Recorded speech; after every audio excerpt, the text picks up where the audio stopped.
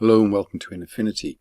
I'm going to show you a method now of very simply tinting a skin picture, so a portrait, but also paying attention to the colour and how that colour is being used. I'm going to do another video afterwards with a bit more detail on other methods, but first of all, just watch the way this happens. So let's start off. Let's go to stock, search on face. The one face in particular I'm going to get here, which is this one here, and you'll see why in a minute. And thank you to the artist there for that picture. So what I want to do here is to kind of enhance the contrast of the face and the skin. There's some down here, but not too much. So what I'm going to do, first of all, I'm going to go to layers, and I'm going to put in a layer above here. But first of all, I'm going to pick the colour. I go to the pipette there, drag this down, and a good place to find colour is the cheek, because it'll go from light to dark, and you want to get some sort of mid colour. You can always change that later. So that's on here. Then I click on the pipette and it makes it the primary colour, and just look at the colour we're going to use here. When you've got a straight line this like that between red and blue, that's orange, which is generally pretty good because it's an orange colour here, and there's grey in this, which is why it doesn't jump out as orange, because there's some space at the top and space at the bottom. More space at the bottom, which means it's more of a lighter grey in there as well. Right. So now we're going to go to layer, new fill layer, and that puts a layer above so we can see this. But now we want to blend that in. So go to normal and to soft light here. You can play with others, but soft light is generally a pretty good one for this. Now I want to do this just on the face and maybe the arms. And so I do that. I want to effectively turn this off and put it back in again. And the way to do that is go to layer and invert, because there is a built-in mask. It's not going to invert the colour, it inverts the mask. So now that it's disappeared here, so we've got the original picture. Now I need a paintbrush. Opacity 100%, hardness 0, and we're going to paint this back. You can change the opacity here if you want, and even go down to something like 20% and paint it a bit at a time to get different tone across here. But we're going to do this fairly quickly here. So I'm going to paint over here like this to bring this back in again. But I need white to do that, don't I? So I need to drag that up here so I've got all red, green, blue high.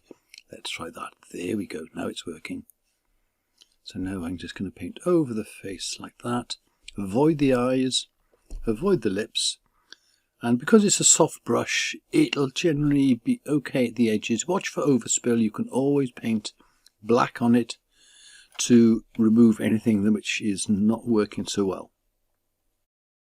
So we're going to paint down here like this. And now we've brought that colour.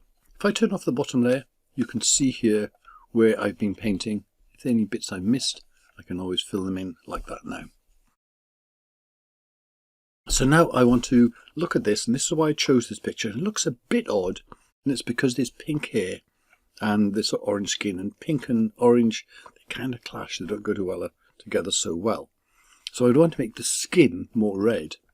So now for this I go back up to the move tool, which brings back the colour that I use for the tinting, and because it's a fill layer, it will just do it straight away. You can go up here as well, but I'm going to do it from here because it's just there. So now I'd like to make this a bit more red to make it match in. Two ways to do this. One is I can move the red up, but I've still got this layer, this one here. So the better way here is to turn the green down.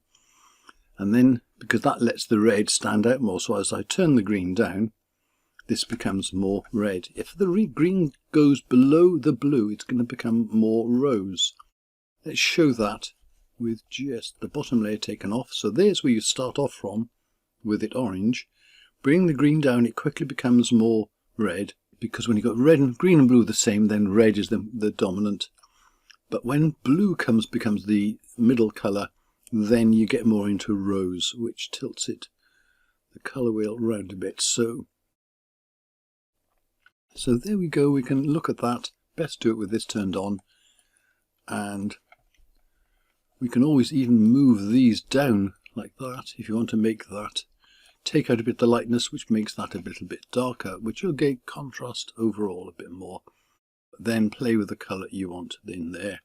You can always turn off the bottom layer again to check the colour you're using. And overall then, use opacity to do a final result there.